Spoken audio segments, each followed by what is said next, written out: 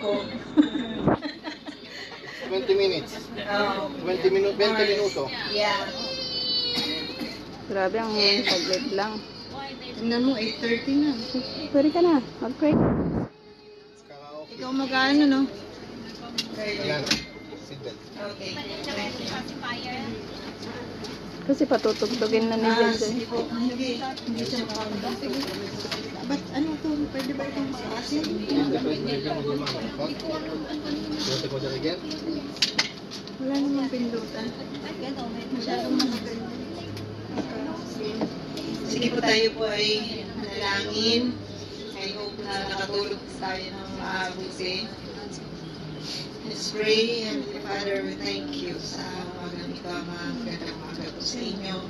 Maraming salamat sa inyo pong ni-restore na kalakasan sa bawat isa, o Diyos. At maraming salamat po na tunay nga pong kayo, Diyos, na nagbibigay ng panibagong araw. We pray, Lord, na kayo po yung bumabay sa amin pong pamamasyal sa araw ito. Lord, help us to learn, Panginoon, mula dun sa inyo pong mga creations, Lord God. And Lord, thank you so much na na-enjoy po namin ang pamamasyal at dalangin din po namin na kayo po ang bumabay sa amin pong driver, bigay ng maayos o Diyos na yung attentive, Panginoon, na pag-drive. Dalangin din po namin, Lord, na tunay na po sa sakyan na ito, may just po yung kayo, Panginoon, ang mag-ingat. Maraming salamat sa lahat na pagtugon mo yung sa aming mga panalangin. We worship and praise your name. In Jesus' name, Amen.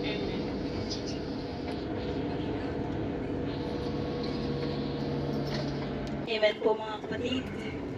Kumusta po ang bawat isa? So tayo po ngayon ay pupunta sa Mount Arbel. At ang lugar po na ito ay isang napakagandang ito yung pinakamataas kasi pinakamalaki na bundok dito sa lugar ng Galilee. And pinaniniwalaan ng bundok po na ito ang lagi pong ginagamit ng ating pong Panginoong Jesus, pinupuntahan every time na siya po ay nagpipray na mag-isa.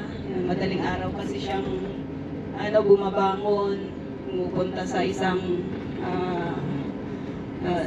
place, sabi doon, at doon po siya nakikipag-ugnayan sa Ama. At dito rin ang pinaniniwalaan na lugar kung saan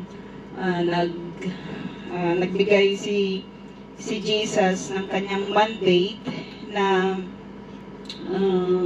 sabi doon sa Matthew 28 verse 19, "Go therefore and make disciples of all nations, baptizing them in the name of the Father and of the Son and of the Holy Spirit, teaching them to observe all that I have commanded you. And behold, I am with you always to the end of the age." So napaka-strategic po na place yung pupuntahan po natin. Isa ito talaga sa mga lugar na kung saan ay matagal ko nang ninanais na mapuntahan dahil doon sa napakadami ng history ng lugar po na ito. At hindi lang yun, maaring ito rin yung lugar na kung saan nagpakain si Jesus ng napakarami pong mga tao. Kasi kilala ito sa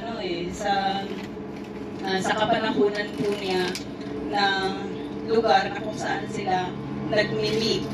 Dahil ito nga yung pinakamataas na bundok dito sa lugar na ito. At maintindihan natin even in the Old Testament na ang mga high places ay ginagamit po ng mga tao na lugar kung saan sila po ay nagbibigay ng kanila pong worship at mga praises sa Panginoon. At pinili ng Panginoon nito, Panginoong Jesus, maaari dahil doon po sa kanyang strategic locations na kung saan ay nakikita po yung mga karatig na mga places, yung mga Gentile na mga places sa kapanahunan po na yon. Dahil ang lugar po na ito dati, ito yung pinaka-center ng trade na road ng papunta sa mga iba-ibang mga places. Hindi lamang sa Jerusalem, kundi maging doon sa mga Gentile, yung mga hindi, yung mga Hentil, mga hindi Hudyo na mga tao sa kasaysayan. So, upon teaching them siguro on that mountain ay tinuturo ni Jesus kung saan sila magme-minister, saan sila pupunta. Marami silang mga tao na namimit sa lugar na ito. Kumbaga ito yung pinaka-center dati ng trade sa kasaysayan ng Israel. So doon sa taas ng Mount Arbel, meron doong makikita na isang ruins na lang siya, luma na na synagogue na kung saan ay binanggit nga po natin kanina na dito po nagme-meet yung mga tao upang sumamba sa Diyos, yung mga Jew, yung mga Hudyo, upang sumamba sa Panginoong Jesus. At hindi lamang yung back sa history, ay ginagamit din po yung lugar po na ito bilang refuge ng mga tao, especially kapag may mga dumarating na mga wars. Kasi nga, di ba, napakagandang magtago doon sa lugar ng bundok. May mga kuweba po doon na sa kalaunan ay ginamit po na mga tirahan ng mga mamamayan dito sa lugar po na ito. At tinatawag nga po yun na syudad sa bundok. So napakaganda dati ng lugar po na yon. Lamang maintindihan natin na sa lugar na ito marami pong mga revolts na nangyayari, maraming mga pananakop na nangyayari, maraming dumating na mga kalaban ang lahing ito na kung saan ay maging mismo doon sa kanila bilang mga Hudyo ay hindi rin po sila nagkakaintindihan, kaya may mga digmaan din na nangyari. Bali 3 digmaan yung nakarecord na nangyari dito sa lugar na pupuntahan po natin. At ang una, yung mga rebelde na mga Hudyo laban sa kapwa nila Hudyo ay doon po sila nagtago sa mga kuweba doon. At kung nakatago ka sa isang mataas na lugar, automatically kita mo yung lahat ng nasa baba, so mas maproprotektahan mo yung sarili laban doon sa yung mga kaaway. At alam po natin na yung mga rebelde po na ito, madalas ay hindi po sila nagtatagumpay doon sa kanilang pakikipaglaban ay hindi po sila nagtagumpay. At ang pangalawa ay yung mga rebelde naman sa panahon ni Herod. Nagkaroon din ng revolt sa panahon ni Herod na kung saan ay doon din nagtago yung mga rebelde dahil nga napakaganda po ng lugar. Binanggit po natin na mapoprotektahan po supposed to be nila yung kanilang sarili laban sa mga armies nitong si King Herod. Pero alam natin na si King Herod ay isang napakatalinong tao. Napakatalinod niya, hindi lamang sa engineering, kundi maging sa kanyang mga strategies regarding sa war.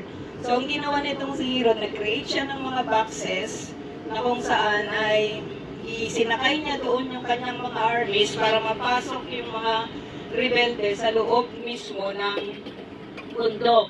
So, katulad ng sa kapanahunan po natin ay mga elevator supposed to be.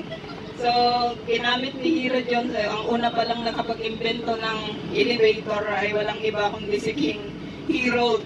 Ginamit niya ito sa pakikipaglaban. So, isinakay niya doon yung kanyang mga armies at mula doon sa pagbaba ng mga boxes na yun nakasama po yung mga armies, napasok po nila yung mga lungga ng mga rebelde at nanalo po sila sa pakikipaglaban. At ang pinaka-huli na revolt na nangyari sa kapanahunan din ng mga Romans. So may mga rebelde din ulit na nagtago sa lugar po na yan na alam po natin din nasa mga kasandaluhan di ba ng mga Romano ay madami po sila kasi sinakop din po nila yung lugar na ito even sa time di ba ng Panginoong Jesus.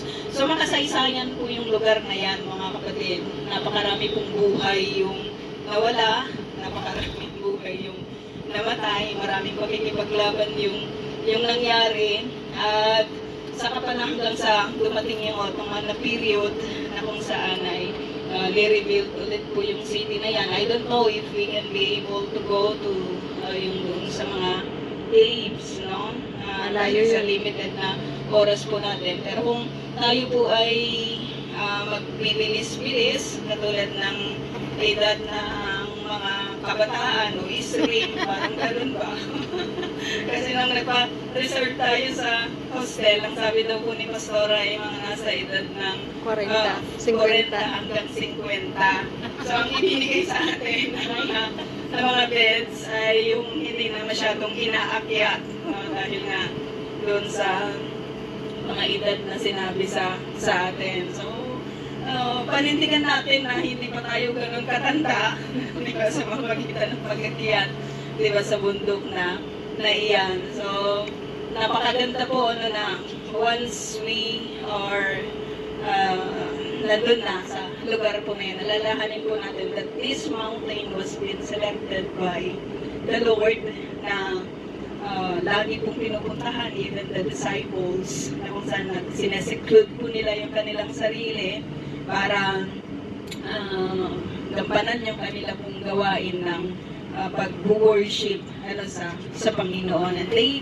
are being commanded by God Himself, by the Lord Jesus Christ, na pumunta po sila sa lahat ng panig ng mundo, ipangaral ang mabuting balita ng kaligtasan, ibabtay sa mga tao na mababahaginan po nila, mababahinan ng kanila pong ministry, at may pangako po doon na sinabi ng Lord na ako'y sa inyo kahit saan man kayo pumaroon. So, it is a very good thing na marating po natin yung lugar na ito, remembering na once you are already there, alalahanin mo na hindi ka lang nag-i-exist sa mundo na ito for nothing, but you are existing dahil may mandate ang Panginoon sa iyo at sa akin na ipalaganap ang mabuting balita ng kaligtasan. So have a nice day mga kapatid and enjoy our trip. God bless. Kaway-kaway! Hello, Pakintop! Malapit na po tayo, pero bago yun, magpapalaro tayo. Wow. Mula doon sa sinabi ni Meds tungkol sa Mount Arbel. So, sino po yung unang sinabi niyang tao na laging pumupunta sa Mount Arbel? Yan, hindi nakinig. Atinin pa. Oo. Atinin pa. Nanalo ka. Ano ba? May nakikinig pala ako ng hindi. Sino yung unang gumawa ng elevator box na pinaglagyan ng mga sundalo? Sino una? Sino unang? Sa likod. Si King Herod. Eh, hindi ka nagtaas ng kamay. Nagtaas siya. Sabi si Mabel ay Madel. Maghahakot ang kiryat ata. Ano ba ba? Akin na yan. Ako naman. Siya daw muna kasi siya yung nagsalita. Black na.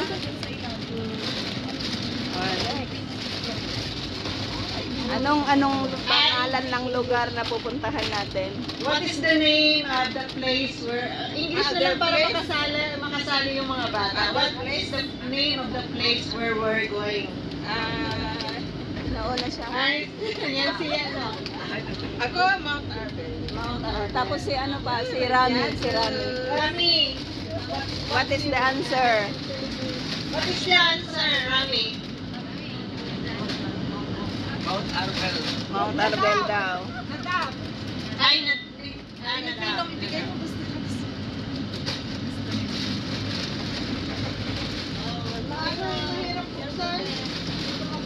Akin na yung mic. Nadab. Para baon mo. Aakyat na kami sa... Are we going to relax? Hello. Ikaw magtayo nag-question. Additional pa pala mga kapatid, no? Nang namatay ang Panginoong Jesus, hinanap siya ng kanyang mga disciples.